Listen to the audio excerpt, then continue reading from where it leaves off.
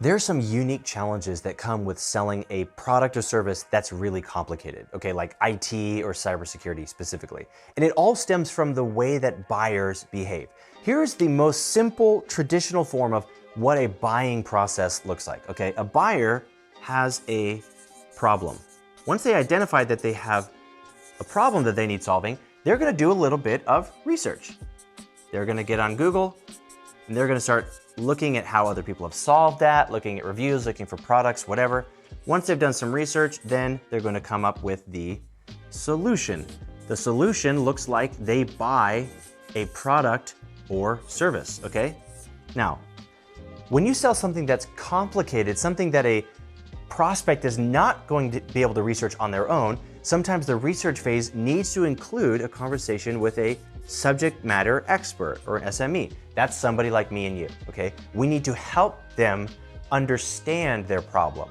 Well, guess what? A lot of buyers don't want somebody else in their process because they want to control it. So what do?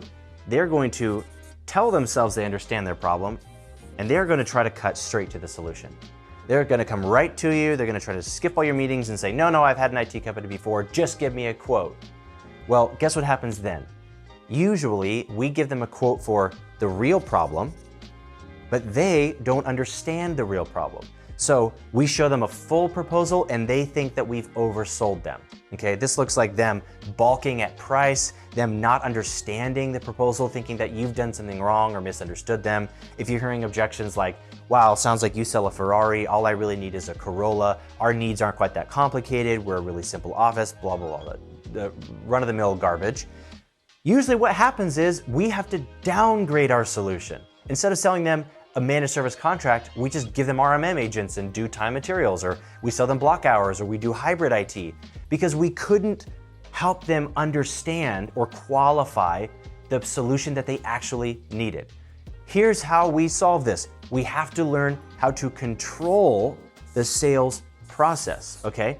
But you're never gonna control a sales process if you don't know how to control a sales meeting. So what we need to do is come up with a playbook, something that you know you can do every single time to keep the buyer engaged and stop them from bypassing the process, okay? So we're gonna start with how each meeting in the sales process starts, what we need to achieve, and then what happens next, okay? The end results or the follow-up on every single meeting. Once you do that, we're gonna come up with all of your plays. What's in your playbook? What do you do when a buyer has a problem? Then we're gonna get a really tight integration between each meeting. Now, not only is there nowhere for the buyer to escape, they no longer have the desire to skip your process because we've helped them understand the merit of every single thing we're asking them to do. Now, there's two main results you're going to get out of a great sales playbook like this. First of all, you're not gonna have this happen anymore. Buyers aren't going to bypass you, and you're not going to have to downgrade your product. You can sell everything the customer needs at the price you need to charge it because they understand how to quantify and qualify your proposals. And second of all, this you can duplicate. A lot of founders have decades of experience selling managed services, so they're actually pretty good at selling IT even while the buyer is bypassing, okay? So you have all this expertise over here, you know, you're really smart, you have all these great ideas, you've seen a lot of these problems before, so you know how to just do it anyway, and you can sometimes get results.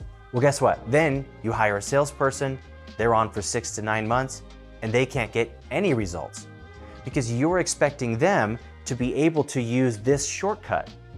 You're expecting them to be able to sell like a founder, somebody who is invested in the success of the business to the degree that you are, somebody who has 20 years of expertise, so they don't have to ask all the right questions because they already know how to assume the answers to those questions. You're never going to be able to train somebody to get the same results as you if this is how you sell. You have to sell like this. But once you have a real playbook, what I call my guilt-free sales playbook, because actually when we're doing it the right way, we are helping the customer more in the long run. We're not adding any extra steps. We're not making their life more complicated. This is the fastest way to get the real solution to the real problem that they have, okay? Once we have a sales playbook, I should be able to rattle your salespeople awake in the middle of the night, stick a phone to their face and say, run this discovery call for a law firm. They'll know exactly how to start the meeting, exactly what they need to achieve, and exactly how to close the consultation at the end of it, okay? Once you have an amazing sales strategy and philosophy with no leaks in it, a really simple to understand, comprehensive, replicable sales playbook, now we are ready to turn on the faucet and start generating real opportunities that get real sales results.